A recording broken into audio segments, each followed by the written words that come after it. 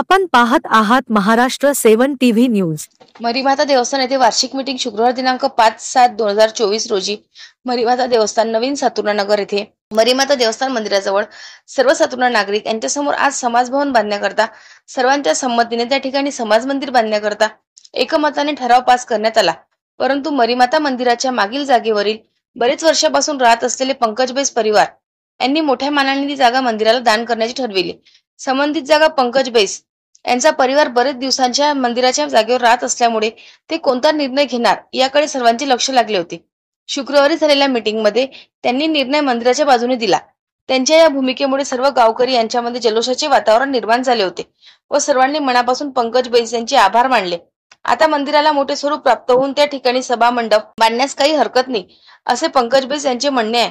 उपस्थितीमध्ये नागरिक भारत सूर्यवंशी, धीरज वंजारी, सनी चौहान, कार्तिक कबिरे, रवि कबिरे, कांता गोरले, राणी ठाकूर, अनु ठाकूर, आशा सूर्यवंशी, रमेश ठाकूर, सर्व सातुर्णा नगरातील मोठ्या संख्येने नागरिक उपस्थित होते।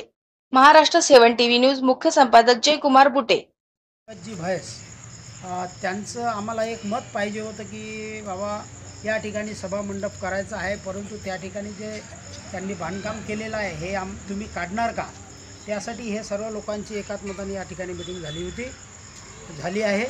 आणि या मीटिंगमध्ये एकंदरीत आम्ही सर्व मीटिंग चालू करण्याच्या पूर्वी पंकजी बैस यांना बोलावले आणि पंकज भाऊंनी आमचे जे मतं आहेत ते समजावून घेतले आणि समजदार व्यक्ती म्हणून त्यांनी आज आम्हाला होकार दिला आणि सभा मंडप आपण या ठिकाणी बांधण्यात माझी काहीही हरकत नाही, तुम्ही बांधू शकता, मी या मंदिरासाठी माझी जागासुद्धा देण्यास तयार आहे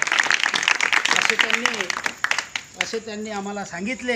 आणि म्हणूनच या ठिकाणी सांगितल्याबरोबर आम्ही गावकरी सर्व मंडळी त्यांचे अभिनंदन या ठिकाणी आम्ही करतो आणि पंकजजी आपणास पुन्हा समोर शुभेच्छा देतो की तुम्ही अशा कामामध्ये जे आम्हाला सहकार्य केलं त्याबद्दल आम्ही गावकरी मंडळी सर्व तुमचा आभारी आहोत आणि आपण या ठिकाणी मला बोलावलं त्याबद्दल सुद्धा मी तुमचा सर्वांचा आभारी आहोत।